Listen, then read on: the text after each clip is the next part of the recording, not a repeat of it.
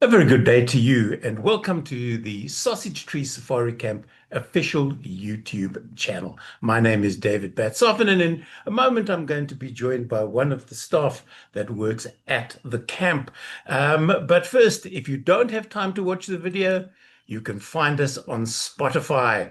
Thanks to Mats for putting that together. Now, before you get to Sausage Tree and you see this wonderful vista as you step through the door, you're going to have to deal with online bookings. And who do you deal with in online bookings? Not a yellow-billed oxpecker. You deal with Michelle. Good morning, Michelle. How are you? Very well, thank you, David. And you? Oh, very well, thank you. You know, the interesting thing is people don't realize that there is a face behind the emails, behind the WhatsApp messages, and you are the front line of Sausage Tree because they may have gone to the website and looked at all the wonderful pictures. They may have gone to see blogs, but it's you that they deal with. So Exactly. what do most guests expect from you? And more importantly, what do you expect from them? I think it's all really about communication, David. So I think in this day and age, we are all erring towards the side of everything becoming automated. But it's actually quite reassuring to know that even though we have technology that helps things and makes it Yeah. easier, things like checking availability, obviously doing a bit of research beforehand, it is quite comforting to still be able to talk to a person behind Mhm. the Yeah. screen behind the property and get comfortable. You know, it's a quite a big trip to do a safari, and for a lot of people, quite a long way to come. So I think they're actually just reassured that they can speak to somebody that's willing to answer questions, check availability, all of these things that you Yeah. won't automatically get online. It was interesting. The last time I was at such a treat, two guys walked in, German guys. And one of them was laughing, and he told us afterwards that it was only as he pulled into the camp he realized he'd been there before. When he'd done I the mean, booking with you, he hadn't realized that this was a return trip. It was oh very my funny. word. We had a Yes. good laugh about it. If people are wondering how they get hold of Sausage Tree, well, it's very simple. They can use info@sausagetree.co.za, or you can phone them on +27 15793 0098. And people should be salivating at this time to come and visit the camp because of this.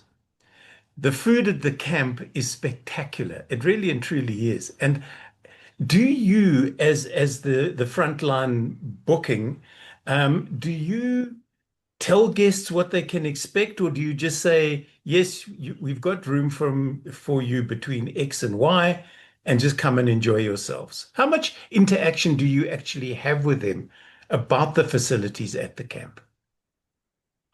Well, we have a lot of information online, David, on all the platforms that are available on our website, and we do send them pre-arrival information when they Right. are confirmed and just before they're arriving, about a month prior. So it gives them a bit of a breakdown of facilities, what to expect, a daily schedule, what they're actually planning to do within a day at the camp. Mm. But also there is some magic still in leaving some of it to when they arrive, and Yeah. so that they can have a nice experience as well. Yeah, don't tell them about the new tents because those are very special and we reserve we've reserved tent four for June already. Yeah, it's quite a popular feature actually. It is indeed, but I know that there's always ongoing work at lodges. Can I ask you, without putting you on the spot, and no is an answer, what the weirdest request has ever been from a potential guest? Ooh, it's a tricky one because I think you deal with so many people and emails on a given day or given Yeah. month that some things do tend to slip past. I think this this it's not strangest requests in terms of, obviously, we are more, like you say, back of house, so we're dealing Yeah. with the pre-arrival information and all of that, but quite often it's more just logistically about how to get to the camp. some people wanting to drive through all sorts of different areas and directions to get here.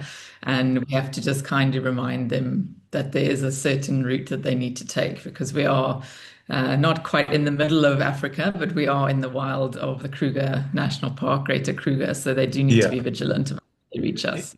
Indeed, you can't just hop out the car and ask the nearest passing Impala where to turn left type of thing.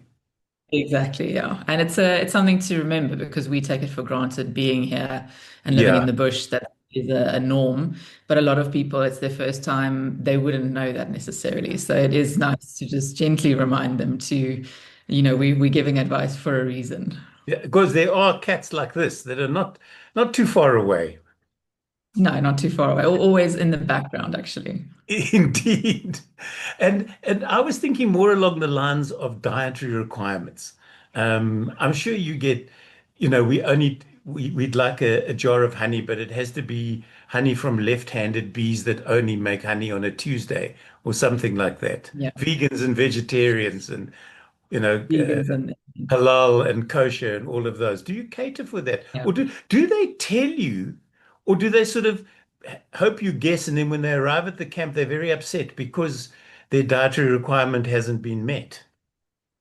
No, well, we actually preempt that, David, by asking them before their arrival, if they're booking via an agency or in any manner. It's one of our gold star requests actually, is that we really need to know if they've Yeah. got any dietary requirements before their arrival. Obviously for, general health and safety reasons, but also Mm. to make their stay more enjoyable. We aren't, around the corner, so to say, from somewhere where has certain foods available. Yeah. So we do need to plan a few days in advance at least to get the supplies. So we definitely do obviously check for vegetarians. Vegans are obviously a lot more of a common request. We do cater for. And then obviously we just do our best and let the guests know that they can obviously speak to the chef on arrival. Yeah. And if there are certain tweaks that they would like to make, then we're happy to accommodate. We understand. We've had certain requests, where we've got younger kids staying and they are on the strict pasta pizza diet and hamburger and chips, and they will try their best to accommodate something Yeah. similar so that it's not so out of routine for them. But in terms of other strange requests, we actually, I think, are quite lucky that we have a very nice clientele that come through. And like I say, as long as they are requesting in advance, then we try our best to accommodate them. And I think it just works out both ways. Often I come to the end of a stay at whatever lodge it is that I'm visiting, and there's always that, if only I could stay for one more night. And I'll often ask reception, can I stay on one more night? And sometimes the answer is yes, and sometimes the answer is no because they're full. Do you get that with guests? Because Sausage Tree is such a glorious camp that once you're there, it is very difficult to see it in your rearview mirror. You go, just one more day, just one more day. Can't I move in Yeah, semi-permanently type of thing? exactly. I'll take one of the rooms for 6 months of a year and I'll just come and live here.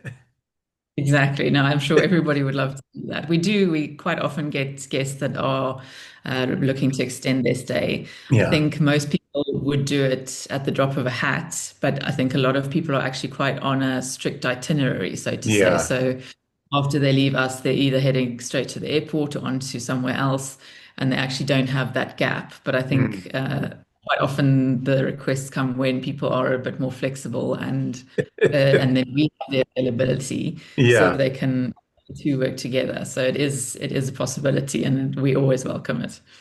Right. Once again, if you want to find out how to get hold of Michelle, info@sausagetree.co.za is where you can find her.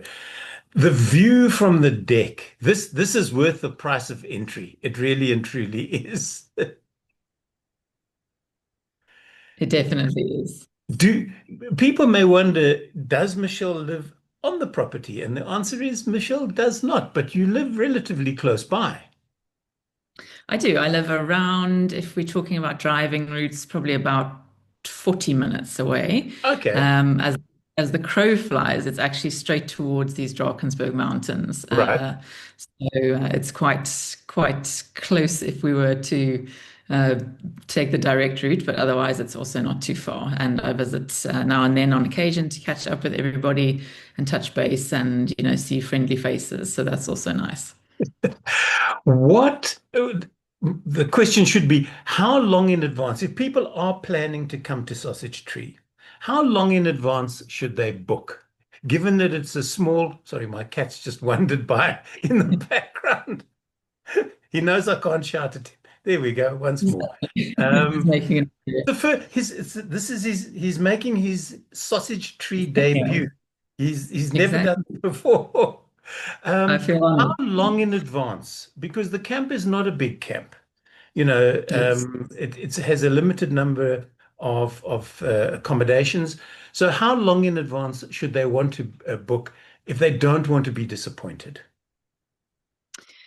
We would say probably, David, it depends on the time of year. We Right. do obviously peak seasons and slower seasons that are more quiet. So we would generally say to start looking at a minimum of 6 months in advance if you are Okay. looking for dates where you have a bit of flexibility. If you're looking for specific dates, there's no flexibility and you set on certain planning maybe around Mhm. that state. I would say up to a year in advance. We Really? already have quite a few nice bookings coming through for after July, August next year, 2026. So that shows you that people are already starting to plan. Yeah. Um, and also with things like families or bigger groups, we always say it's better to check a bit further Yeah. because we are a small group. We want to obviously accommodate them in the best way possible. Mm. And later you leave it, the less options you're going to have, basically. Obviously. Michelle, just before I say thank you and goodbye, do you want to give those contact details once more? Yes, so the best thing to do is to email us on info@sausagetree.coza. And then the landline telephone number, which David's going to test me off the top of my head, is +27015 793 0098. Right. Yeah. Great stuff. I've been chatting to Michelle, who, if you do online bookings for Sausage Tree directly, obviously not through one of the other booking sites, then you're going to be dealing with her. Remember, you can find the video on YouTube or you can hear the audio on Spotify. Until the next time, bye for now.